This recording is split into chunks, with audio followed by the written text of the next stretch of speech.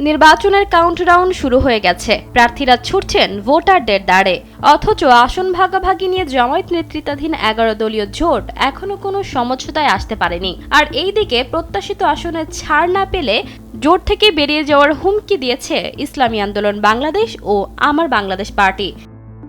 তবে কি ইসলামীপন্থীদের ভোট এক বাক্সে আনার যে স্বপ্ন জামায়াত দেখছিল তা কি এখন অঙ্কুরে বিনষ্ট হতে চলেছে?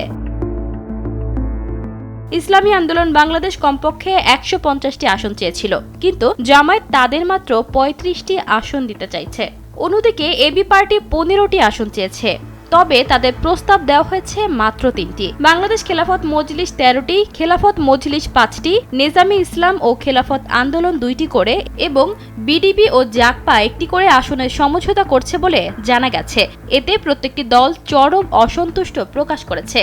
এটি মূলত বিরোধের প্রধান কারণ। ইসলামী আন্দোলন বাংলাদেশের নেতা শাহ ইফতেখার তারিক জানিয়েছেন, সমাধান না হলে তাদের বিকল্প ব্যবস্থা অর্থাৎ জোট থেকে বেরিয়ে একা নির্বাচন করার কথা ভাবা আছে। তিনি অভিযোগ করেছেন, কেউ যদি জোটে সব নিজের মতো করতে চায় তবে যৌথ কাজ সম্ভব নয়। টানাপোড়েন চলছে এবি পার্টি নিয়েও। জোটের পক্ষ থেকে তাদের মাত্র 3টি আসনের কথা বলা হয়েছে, যা মানতে নারাজ দলটি। তারা বলছেন, আসনের চেয়েও জোটের মূলনীতি ও স্বচ্ছতা বেশি জরুরি। দলটির চেয়ারম্যান মুজিবুর রহমান ভূঁইয়া মঞ্জু বলছে, সমঝোতা না হলে তারা এই জোটে নাও থাকতে পারে। নির্বাচন কমিশনে জামায়াত 276টি এবং ইসলামী আন্দোলন 268টি আসনে মনোনয়নপত্র জমা দিয়ে রেখেছে।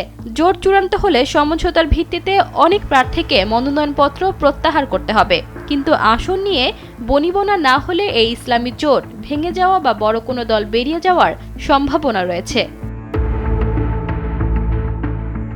ইশিতা আক্তার, সময়ের আলো।